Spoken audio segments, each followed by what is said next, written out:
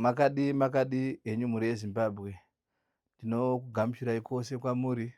Chivimbo changu kuti Mwari ari kukuitirai zvakanaka, kungave kwose kwose kwamuri, vari mhiri dzemakungwa nenzira dzekushava mabasa nevari muno muZimbabwe. Ndinokugamuchirai nguva yezororo ino yefestive season. Tiri kubatawo minamato yatiri kuita yatiri kuti vanhu komborerwai mukufamba kwenyu. Kune vari kundibata vari kuteerawo mapurogiramu angu vari kuziva kuti ndine nyaya yandakataura yamukoma Owen yandakati mukoma Owen vanoda kunamatirwa. Mukoma Owen vapinda parumhandanzombe vanoda kunamatirwa nenyaya yemweya wekupomerwa. Tiri kuvanamatira, minamato iri kufamba zvakanaka. Ndanzwa kuti pane apiyu yakaitwa. Mwari pakutaura kwake tichiita minamato ino hatina nguva naye Owen anofanira kunge achibuda. Ndichinamata kuno ndichiita minamato yangu ndakapiwa zvese. Dare rake rakazaruka nemazuva ekunge achibuda kana minamato ikaramba ichiitwa taanawo. Muri kuona kubatwa kwakaitwa Owen akasangana nekuti iye akanga ari munhu akanga ari pabasa ipapo akasangana necrossfire. Haasi ndiye ega.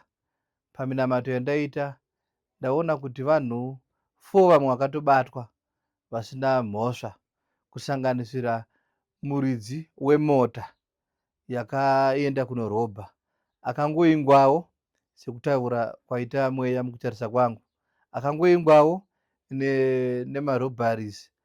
Robha iri akanga ari muzukuru wake, angozosvikawo akanzi ndiri kumbirawo mota ndiri panoda kuti ndimbomhanya. Chisara wakabata yangu iyi ndiri kumbomhanya nemota iyi apa. Iye haana chaaiziya, motikari yake yainge yakabatswa zvakaipa. Hapana kuzotora nguva iye akazoingwawo akasikobatwa achinzi ako iwewe mota yako tiudze, ndiwe wanga uritori nechekuita panyaya iyi. Saka muchaona kuti panyaya dzekupomerwa nenyaya dzekubata moto wembavha haasi ndiye ega anenge achida kuti abatsirwe panyaya dzakadaro. Kana uchirarama unofanira kunge uchibata minamato. So ndiri kuti aingwa iye mota yake yatorwa, mbavha dzaenda kunorobha, iye haana kana sendi rakawana, haana chaakatoziya nekuti iye haasi mbavha. Akazoingwawo akabatirwa nyaya yekuti mota yako yakadi yakaenda kunoba. Nevamwewo 2 vakabatwa vakangoonekwa kuti vanhu vakamboasosieta nevanhu ava pavangofonyerana. 2 vari kujeri. Kune mumwe mukadzi anoratidza kuti akambofonyerwawo nemumwe musikana anoratidza kuti akambofonyerwawo nembavha idzi asingatoziyiwo, nanhasi ari mukati. Zvinhu zvinorwadza, asi vese ndiri kuvanamatira. Mweya waMwari ari kubatsira. Ive kwavari ikoko matsotsi vari kutozviziva kuti vane mhosva, vanofanira kuti vazobatwa. Nguva yekubatwa ichakwana. Vane kwavakatiza vakaenda, vakatizawo vakazvita vakachenjera, asi navo kwasungwa vanhu vasina mhosva. Zvavakatiza vakaenda kuSouth Africa. Mweya waMwari ane zvaari kubata basa kuti achagara mumapurisa, kuti mapurisa aite uchenjeri, uyezve vanhu ava kuti vange vachaputirwa nemweya kuti zvichabuda pachena chete. Hapana chisingabude pachena, zvichabuda pachena. Saka minamato yandiri kubata nezvandiri kuudza izvi, kune zvimwe zvakadzika dzika nemazita ose tinawo. Musafunga kuti pamwe muprofita wenyu haana, anawo mazita, asi tiri kuitawo security nekuitira ivo vanhu vacho kuti vange vanozikanwa. Asi ndauya pano kuti ndinamatire vanhu ava kuti vave vanosiyiwa.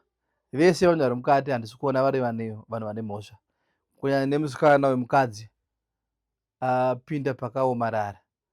2 years vambori mukati vachirambirwa bheo. Muridzi wemota ane 2 years achirambirwa bheo ari mukati, abva azotongerwa 17 years kureva kuti paatore 19 years dzake dzejera ari mukati. Muchaona kuti mafemiri mune mweya inogona kusungwa kufemiri kwako, inogona kuti upikire mhosva nyaya isiri yako. Muchaiona kuti panyaya yaJoseph naPotifa paya, kune murume akapikira mhosva nyaya yekunzi wabata mukadzi wangu, iye asina kubvira akabata mukadzi iyeye. Saka ndiri kutaura panyaya iyi inyaya yandiri kunamatira zvakanyanya. Ndiri kutenda Mwari kuti Mwari akundizarurira paminamato yandiri kuita. Hapana hapo kana atandibata kumhuri dzavo, asi ndiri kuti pakawana andibata zvichareruka paminamato yedu, zvichareruka pamiteuro yatichaita kuti zvinge zvichifambawo zvakanaka. Saka tinotenda zvakanyanya neminamato yatiri kuita. Haisi ndiyo yega, tine vanhu vari kuonekwa sevasiri vanhu mudzimba, unoita munyama chaiyo uri kumba chaiko, woonekwa seusiri munhu nemukadzi wako, uchitenga angave mapresents, uchitenga hembe, uchitenga chikafu, uchirendera mhuri yako pakanaka, kana kutoivakira imba chaiyo, asi unozoona hausi kuappreciatwa nemurume kana mukadzi watengera imba. Zvinokonzereswa nemweya yakaipa zvinhu zvese zvakadaro. Ndozvatiri kuti mukabata Bishop Maremo kana kuuya vari kunze kwenyika vari muno, vamwe unoita kutifonyera, vamwe unosungunukawo kuuya. Ndine matestimony akanyanya. Ndiri kuti nyaya Owen ndiri kuda less than 2 months, kusvika muna January, end of January, tinofanira kunge taita breakthrough kuti vanhu vanzwisise kuti Mwari kana akadanwa pane chiripo, pane zvinoitika, pane zviripo, pane zvinoitika. Ndati ndikunamatira mhuri yomukadzi akasungwa futi, musanyekuwara, anobuda nekuti hana maoko ake akachena, nevamwe vese vandavaona maoko avo akachena. Toda kuti mbavha chaidzo chaidzo ndodzatinoda kuti dzibatwe. Saka ndiri kutaura kuti kana pachinge pane mweya yetsvina pasi pano, inogona kukurwisa, inogona kubata zvinhu zvako zvinotadza kufamba zvakanaka. Tine nyaya dzatiri kutarisa kuti munhu anotsvaga basa ane mapepa ake akakwana, une madhigirii, vamwe vatori ne33. Ndizvo kababa, vari kuzouya vachipupura kuti zvechokwadi, baba maona vanopupura vangani mambo vari kuuya munomu, ndo vanenge vachiona kupupura, ndo mudare wangu, nokuti muno handite basa ndegani. Vamwe vanozvitaura kuti takatsaurwa zvakati, vamwe ndovanozoda kurima kana marepi chaiko. Vaprofita vanenge isu, pozi ndiri seasoned prophet, muprofita wemwaka anotaura nekuona zvinoitika. Ndipo panotangira basa racho. Saka ndoda kuti nditende zvakanyanya pabasa uri kubatwa. Tine matestimony andiri kusangana navo evanhu vari kutaura kuti vakauya pano, mwana akazvimba dumbu, asingaende kutoireti, acho kana akuenda kutoireti aiinsetwa piu, mapius anga akapiwa ainsetwa kumashure kwake uko, asi nekuda kweminamato navakuita zvinhu zvakanaka, dumbu rakaserera. Tine vanhu vakauya nemunhu akanga achipenga, vakufarawo, zvinhu zvakufamba. Ndizvo kababa. Tine vanhu vakauya zvakare nemunhu akanga achiratidza kuti ane problem, asi problem yake aita kunge nhonho, so asingakwanisi kuchomira zvakanaka. Vari amai vechikuru, vakutonzi vanoda kugurwa makumbo, vachinzi ishuga yakura, uye vane pressure yavainayo yakusvitsa kuti vaita bofu, maziso avo asaone zvikuru, vachionera zviri padhuze dhuze, asi vakauya vakanamatirwa.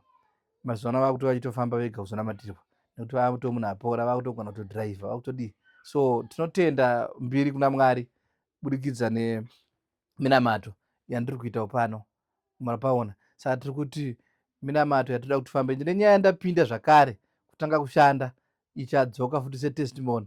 Ine mumwe mwana akangoenda panext door akaonekwa akatsimbirirwa papila apondwa, ari kunyana gweruku, asi havasi kuziva kuti chii chakaitika. Mapurisa akutoitawo basa racho, asi neminamato yandaita pano ndira kuti zvibude pachena. Mwana haafanira kungozorora semazorodzerwa akaitwa kungourayiwa. Saka naminamato yandiri kuita iyo yekuti vanhu vari kutenda zvakanyanya kuti isusu taakuenda mabasa mudzimba umu, vanhu vanga vanzwa nekushungurudzika, asi wese ndiri kutenda kuti wese angotibata atotofona kuti zvinhu zvakufamba. Tina mumwe watibatawo wanga wachiti kubasa ndada kuti ndadzingwa basa, ndapromiswa kudzinga basa. Ko uri kupi naye munhu waMwari? Ndiri kuzasi uku kuna South Arabia. Afona akati ndapiwa mumwe mukana zvakare, asi ndapimiswa basa for 5 months, ndafonyerwa kunzi dzimbodzoka umboshanda. Saka tinotenda zvakanyanya kuti mweya waMwari ari kubata basa.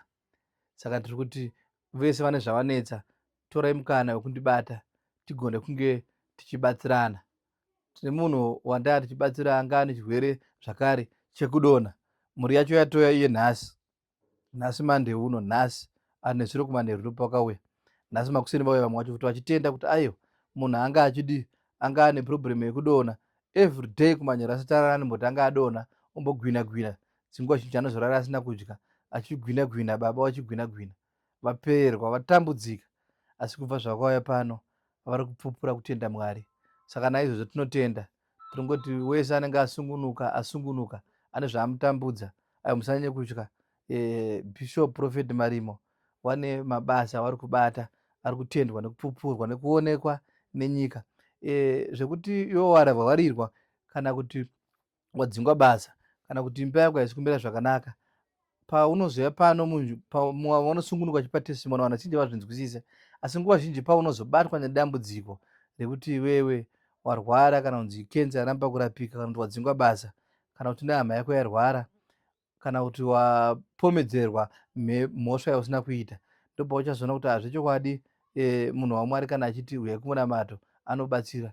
Kune dzimwe nyaya dziri sirias dzekuti kana dzinge dzinana kubata, unogona kutadza kudzinzwisisa kuti zvechokwadi baba vaitaura kuti uyai tinamate pamwe chete, ndakatadza kuteerera.